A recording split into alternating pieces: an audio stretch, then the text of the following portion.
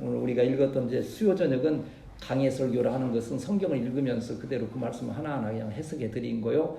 이제 여러분 주일 예배도 좀 참석하도록 노력을 해야 돼요. 그때는 제목 설교로 해서 그걸 좀 더 은혜스럽게 이렇게 단락을 나누어서 하는 거기 때문에 물론 뭐 여러 가지 또 이유가 있고 사정이 있을 수 있으나 그러나 예배를 잘 드리면 하나님께서 모든 삶에도 질서를 세워주셔서 헛된 시간이나 낭비가 없이 참 아름답게 모든 일들을 이루어 가심을 생각한다면 그렇게 해왔던 분들이 또 큰 일을 이루어 나라와 민족에도 여러분 지금 뭐 내가 막 교회를 다닙니다. 나는 뭐 이렇게 신앙이 있습니다. 고백을 이렇게 나타내서 안 해서 그렇지요.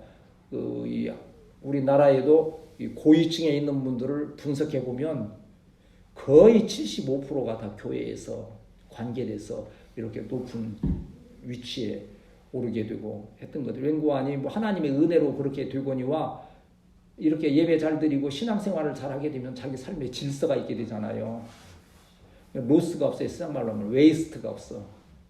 아주 좋은 방향에서 이끌어 주신다는 그 면에서 항상 이 말씀 예배 시간 통해서 전해지는 말씀을 잘 듣고 마음에 잘 새겨서 그걸 삶의 기준으로 삼아서 복된 삶이 되시기를 축복합니다. 오늘 이제 말씀 그대로 그냥 읽으면서 하나씩 이제 설명을 하죠. 35절 먼저 읽읍시다. 시작.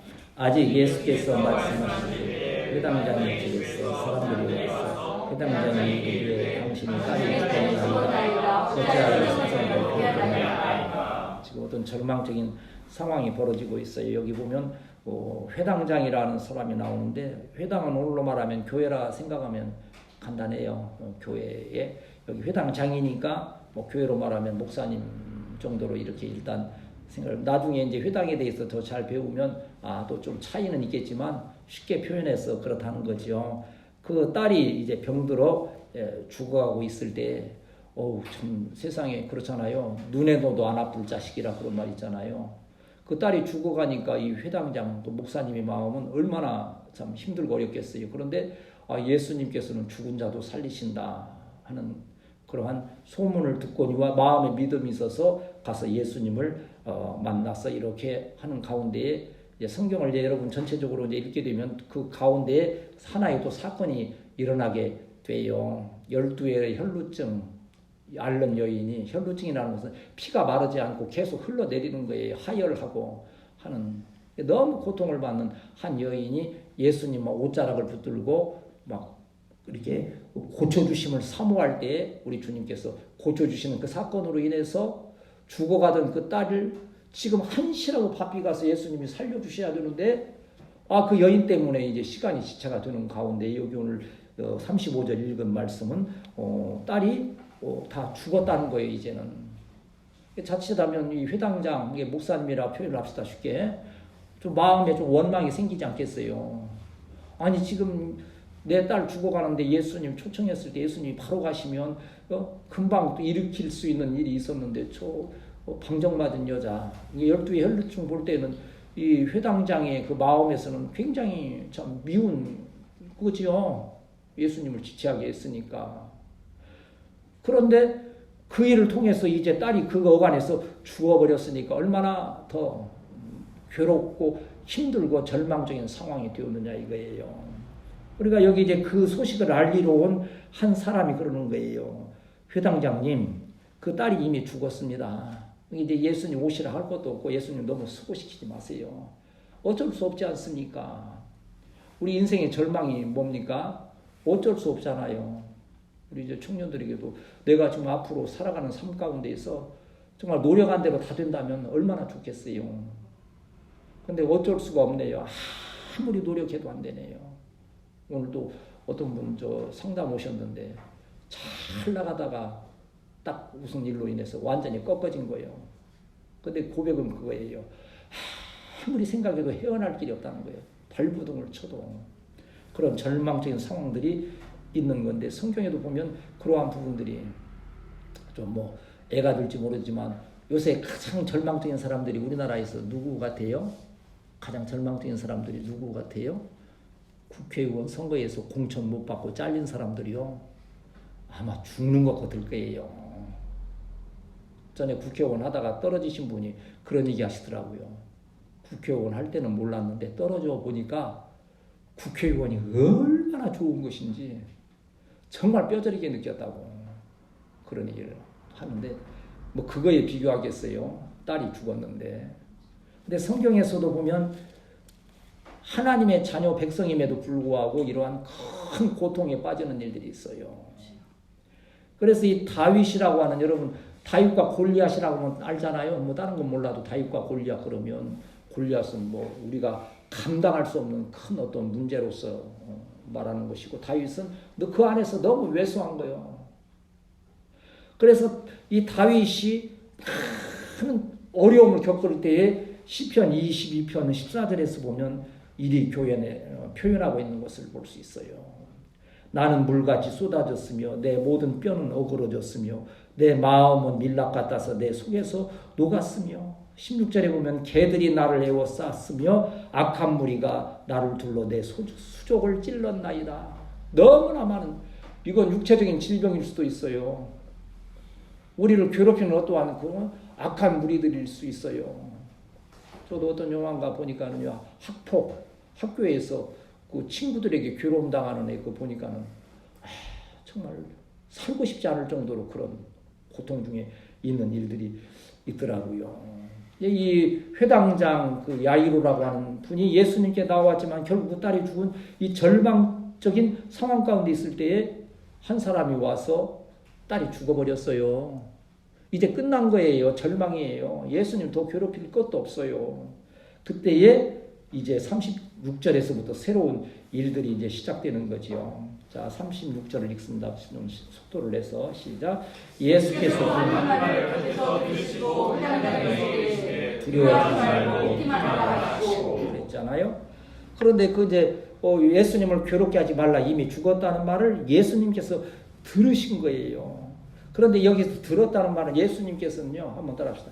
예수님은 내 기도를 귀를 기울여 들으신다. 우리는 많은 말들이 그냥 흩어져 가잖아요. 저도 방목사님 이렇게 대화하다가서 어느 때에는 다른 내 일에 집중하다 보면 그냥 하면 집중해서 안 듣는다고 또 혼나지는 않지만 좀 내가 좀 이렇게 미안할 때도 있고 하는데, 우리 예수님은 우리가 이렇게 신음하고 기도하고 아뢰일 때 귀를 기울여 들으시는 거예요. 아멘. 여기서도 예수님이 들으셨다는 것은 귀를 기울여 집중하여 들으셨다는 거예요. 그러시면서 회당장에게 이렇게 말씀하시는 거예요. 두려워하지 말고 믿기만 하라. 지금 이 회당장의 상태가 얼마나 두렵겠습니까? 딸이 죽었는데 어떻게 해야 될까 지금 하는데, 우리 주님은 두려워하지 말라는 거예요. Don't afraid. 두려워하지 말라. Never. 절대 두려워하지 말라. 그리고 뭐를 해라? 믿기만 하라는 거예요. 한번 따라합시다. 믿음이 있으면 두려움이 없습니다. 그럼 그러잖아요. 이제 여러분 학교 지나가고 뭐 또 어떤 사업을 할 때에 확실한 믿음이 있으면 두려움이 없어요. 근데 확신이 없으면 얼마나 두렵고 떨립니까? 잘 될까? 잠 못 자요. 뭐 우리 성도들, 우리 교회는 그런 의미에서는 참 믿음이 좋은 거예요. 잘 자잖아. 그냥 뭐 편히 주무실 수 있잖아요. 그 믿음 없으면 못 자는 거예요. 여러분 생각해 보세요. 목사님이 이렇게 설교하시면서 맨 사기나 치고 그냥 못된 소리 나오면 여러분 긴장이 돼서 잠이 오겠어요? 그렇지. 우리 목사님은 틀린 말 하실 리가 없어. 천사의 음성처럼 부드럽고 나에게 위로가 되니 나는 한심하고 자도 괜찮아. 뭐 그렇게 네, 그런 이제 웃으며 이제 할 수 있는 거 아니에요. 우리 주님은 믿으라는 거예요. 믿기만 하면 두려워할 이유가 없다는 거예요. 그러면서 말로만, 너 두려워하지 마, 말로만 하고 끝나면 안 돼요. 액션이 있어야 되는 거예요. 액션. 예수님은 행하심이 있는 액션이 있는 거예요. 그 다음 이제 37절 시작. 베드로와 야고보 형제 요한 외에 38절 회당장의 집에 함께 가서 떠드는 것과 이 말씀은요, 지금 현장으로 가시면서 현장에 이루는 것들을 피하지 아니하시는 거예요. 우리 이제 청년들도 앞으로 여러 가지 상황들이 닥치게 되고 이해할 수 없는 일들이 닥치게 될 때 그걸 피하게 되면 아무것도 발전이 없을 거예요. 그것을 피하지 아니하고 예수님처럼 현장에 가서 그들이 떠들고, 왜 지금 떠든다는 것은 게 다른 게 아니에요. 그 딸이 죽었을 때에는 통곡하는 사람들을 모아다가서는 막 하는 거예요. 우리도 그렇지 않습니까? 상가집 가면 지금 안 그러잖아요. 참 다들 예의를 지켜. 우리 옛날에 이제 집에서 이렇게 막 장례 치르고 할 때는 막 에이구 이제 가면 언제 오나 막 울고 불고 하는데, 이스라엘에서도 그런 울부짖는 여인들을 사서 많이 울어야 장례를 잘 치르는 것처럼 그런 사람들이 막 울고 하는 그러한 모습을 예수님은 피하는 것이 아니라 그것을 다 보고 계시는 거예요. 확인하시는 거예요. 그러면서 그 현장으로 가신 사실을 여기 말씀하고 한번 따라합시다. 예수님은 우리를 위하여 행동하시는 분이다. 그렇게 했다는 거지요. 그러면서 이 회당장에게 두려워하지 말라는 말씀은 성경에서요. 이제 어떤 그 목사님이 그 범브란트라고 하는 목사님이 이제 그 신앙의 핍박을 받고 감옥에 갇히셨어요. 감옥에 갇힐, 여러분 우리나라에서도 그 감옥에 들어가게 될 때 이 책을 둘 중에 하나 택하라 그런다는 거예요. 다른 책은 안 주는데 두 개를 놓고 가지고 가고 싶은 걸 가지고 가라 그런데요. 무슨 책인지 아시겠어요? 뭐 같아요? 성경과 불교가 또 이제 그래도 숫자가 많으니까 불경전, 불경을 놓고서는 이걸 가지고 가라 그러는데 어느 것을 많이 가지고 가겠어요? 성경을 90%가 성경을 가지고 간다는 거예요. 물론 하나의 전통처럼도 됐지만 왜 그러겠어요? 성경이 읽기 쉽잖아. 불경은 어려워. 나 해도 어려워. 그리고 영적으로 벌써 그런 위기에 닥치면 이것이 성경이 나에게 위로를 주겠다고 하는 많은 또 선배들의 간증도 있고 했기 때문에 그걸 가지고 가는 거예요. 이게 그 범브란트 목사님도 그 성경을 읽으면서 금방 성경을 워낙 많이 읽으니까 좀 특별하게 읽고 싶어서 이 성경에 두려워하지 말라는 말씀이 몇 번이 나올까를 한번 확인해 보고 싶었대요. 그래서 창세기 1장부터 두려워하지 말라는 말씀을 쫙 찾았더니 몇 개가 나왔겠어요? 365개. 그럼 뭐예요? 1년. 365일. 그 말씀이 나오더라는 거예요. 이것은 순간순간 하루도 두려워하지 말라는 뜻이구나. 그래서 그 말씀을 매일 묵상하면서 큰 위로를 받았다고 하는 거예요. 우리도 오늘 이 밤에 좀 마음에 힘들고 어려운 일이 있을지라도 두려워하지 아니할 것은 하나님께서, 우리 주님께서, 생명의 주님께서 우리의 삶의 현장에 계시고 동행하심을 믿고 그 안에서 힘을 얻는 우리 성도들이 되어야 할 줄 믿습니다. 그래서 이사야서 41장 10절 말씀은 두려움에 대한 확실한 교훈을 주시잖아요. 뭐라 말씀합니까? 두려워하지 말라. 내가 너와 함께 함이니라. 놀라지 말라. 나는 내 하나님이 됨이니라. 내가 너를 굳세게 하리라. 참으로 너를 도와주리라. 참으로 나의 의로운 오른손으로 너를 붙들리라. 힘없을 때요, 누가 옆에서 팍 붙들어주면 얼마나 힘이 되는지 몰라요.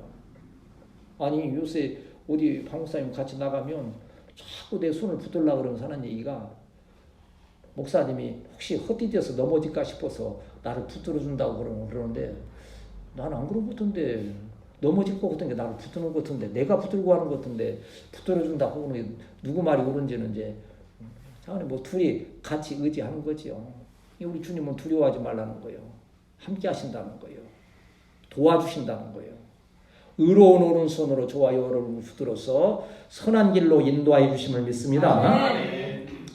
여기에 이제 이러한 가운데 예수님이 계심에도 불구하고 거기에는 또 사람의 생각이 있을 때에 그걸 조심해야 되는 게 39절 말씀 읽습니다. 시작.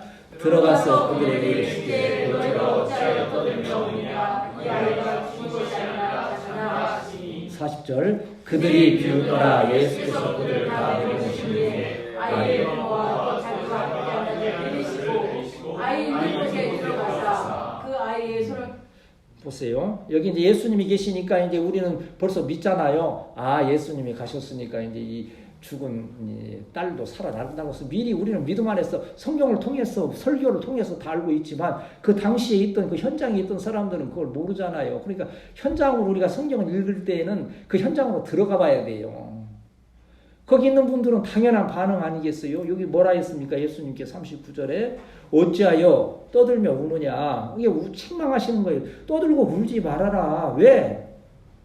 이 지금 아이는 뭐한 것이 죽은 것이 아니라 뭐 하는 것이다? 어떻게 알아요? 깨나면 자는 것이요. 이게 예수님이 계시는데도 깨어나지 않으면 이건 죽은 거예요. 그러면 이제 사람의 생각과 예수님의 말씀이 다른 거지요. 사람들은 이건 죽은 거니까 못 깨어날 거야. 예수님은 이건 보나마나 하나님의 능력으로 깨어날 것이니까 이건 죽은 거야. 이거 잔 거야. 우리가 기도할 때 우리 성도들은 여러분 이제 그 할아버지 할머니 또 여러분 부모 또 여러분 자신도 이제 나이 많아서 되게 될 때 그 기도를 많이 하는 거예요. 그 기도를 실제 해요. 잠자듯이 하나님 나라 가게 해주세요. 그냥 끈질기게 살아 아파서 그냥 막 고통당하면서 막 그렇게 가지 아니하고 그래서 자손들에게 그 교회에 폐를 끼치지 않고 정말 잠자듯이 저도 가끔 가다가 뭐 벌써부터 그런 얘기하면 싫어하더라고. 전번에요. 제가 이렇게 보니까 사진 하나가 제가 옛날에 지금은 이 증명사진 찍으면 제대로 안 나와요. 머리도 다 빠지고 해가지고 내가 봐도 별로 안 좋아 보기에. 근데 전에 찍어놨던 게 좀 멋지게 나온 게 하나 있어요. 이렇게 사진이 이렇게 딱 해서 양복도 제대로 입고. 그걸 내가 이제 그 프린터로 그걸 이제 사진관에 가서 제대로 뽑으면 좀 잘 했을 텐데 프린터로 대충 뽑으니까 크게 나왔는데 내 거는 그것도 잘 나와가지고 이제 장난삼아서 그래서 이광 목사님한테 이거 혹시 영정사진으로 쓸지도 모르겠다더니 막 뒤져보면서 막 기분이 나빠가지고 아빠가 영정사진이라고 그러니까 그거 좋아하면 아들도 아니지 사실은 막 그러더라고요.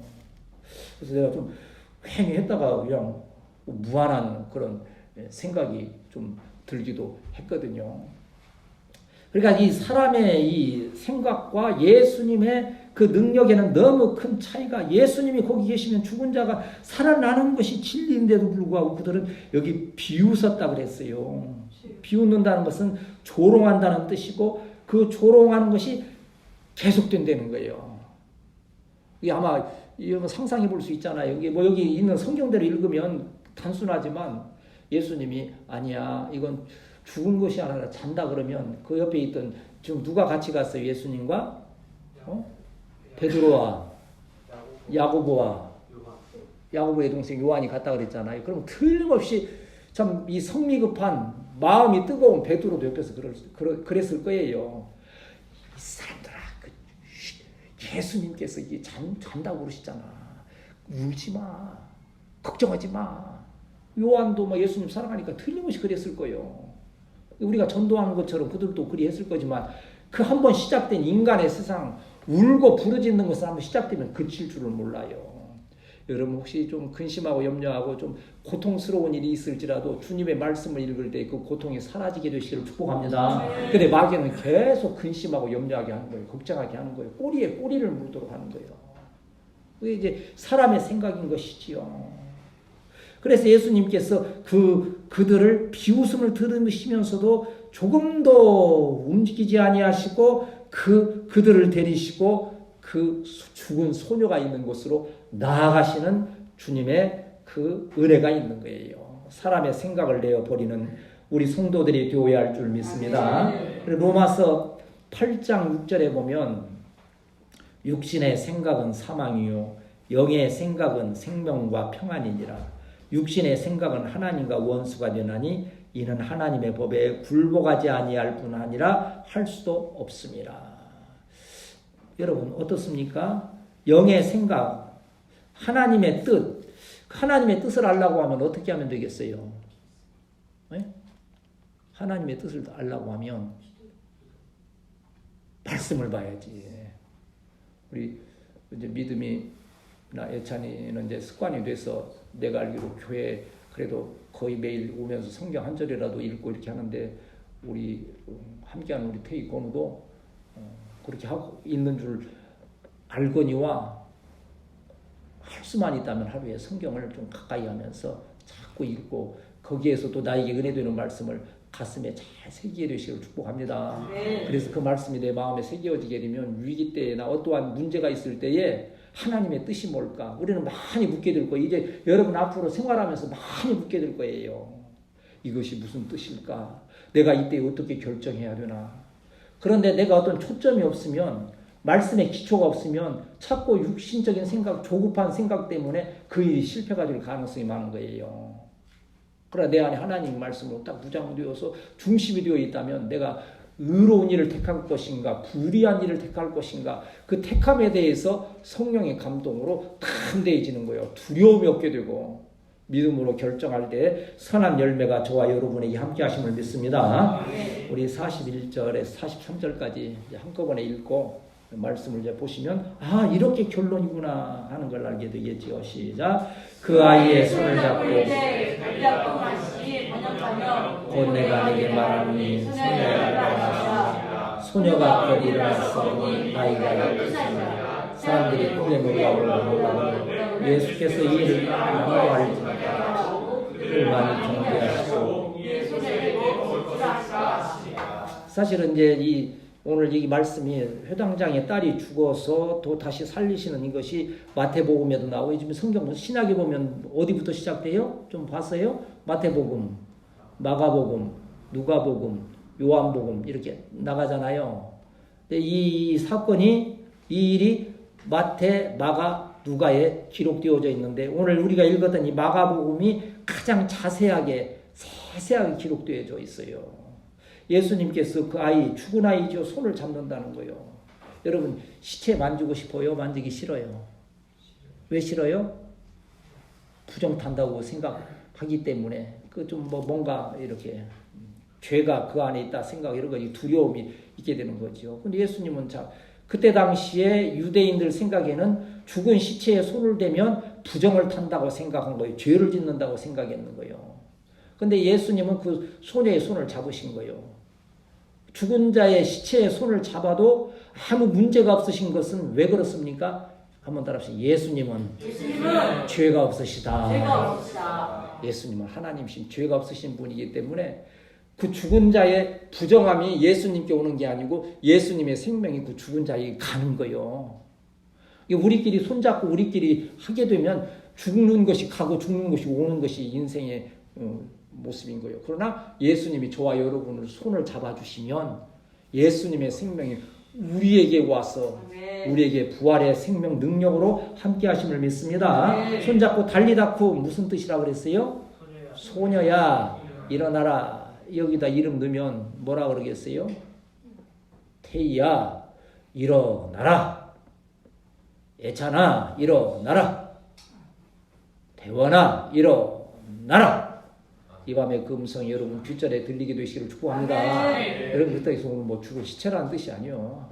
힘들고 어려울 때 마음이 눌린 자는 마음이 죽은 거요. 힘이 없잖아요. 그때 우리의 10년 가운데 저도 그 음성을 성경을 통해서 매일 듣잖아요. 힘들고 어려울 때마다 말씀 붙들고 있으면 불러 이 목사 일어나라.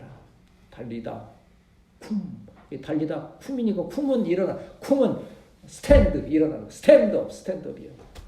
달리다는 소녀야 걸. 그러면 이 목사 쿰.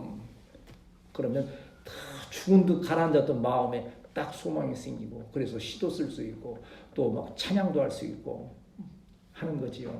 그러니까 즉시 일어났다 그랬어요. 달리다 쿰하시니 소녀가 곧 일어나서 막 이렇게 돌아다니는데 걸어다니는데 나이가 몇 살이라고 그랬습니까? 여러분 읽었지만 12살이라고 그러면 아주 어린 거지만요. 유대인에게는 그 당시에는 이제 시가기의 정령기가 된 그 나이인 거예요. 성인으로 취급받는 그 나이니까 가장 가치 있는 삶을 살아갈 만한. 왜 자식이 죽으면 부모가 굉장히 괴로워합니까? 다 피고 죽었으면 예를 들어서요. 90세 된 어머니가 70세 된 자식이 죽으면 그렇게 크게 슬퍼 않을 거예요. 왜 인생 다 살았으니까 이제 별로 살아도 안 가는. 그러나 한 40세 어머니가 20세 아들이 죽었다면 너무 마음이 아픈 거예요. 왜 피어보지도 못하고 팍 필라는 이때에. 그런 뜻이 있는 거예요. 회당장도 나이 12살 딸이라고 하는 것은 이제 막 피어나갈 그 딸이 죽었으니 더 힘들고 어려운 절망적인 것인데 우리 주님께서 그 소녀를 12살 된 소녀 가장 아름다운 때에 그 소녀를 살려주심으로 그 회당장과 그 모인 모든 자들에게 큰 은혜와 복된 시간이 되었다고 하는 거예요. 죽은 걸 확인하기 위해서 심지어 먹을 것까지 주라는 거예요. 먹은 거 힘있게 먹고 성장해. 지금 이게 먹은 것이라니까 여러분 밥만 얘기하게. 여러분 먹는 것은 우리 영적으로 먹는 것은 뭘 먹으라는 거예요? 말씀을 먹으라는 거예요. 그래야 우리의 영혼이 건강해지고 힘이 있다는 거예요. 오늘 이 말씀을 종합적으로 말하면 한번 따라합시다. 예수님은 죽은 자도 살리시는 능력이 있습니다. 그러면 그 능력을 받기 위한 우리에게는 뭐가 필요합니까? 믿기만 하라. 여러분 오늘 이 밤에 이 말씀 붙들고 여러분 심령 가운데에 그 주님의 그 손길 또 주님의 그 나를 향하신 그 사랑에 대한 확실한 믿음이 있게 되시기를 축복합니다. 그래서 오늘 이제 가서도 돌아가서도 새 학기 또 시작하게 될 터인데 그 가운데에서도 이러한 죽은 자도 살리시는 예수님에 대한 믿음으로 통하여서 복된 하루하루 되시기를 주님의 이름으로 축복합니다.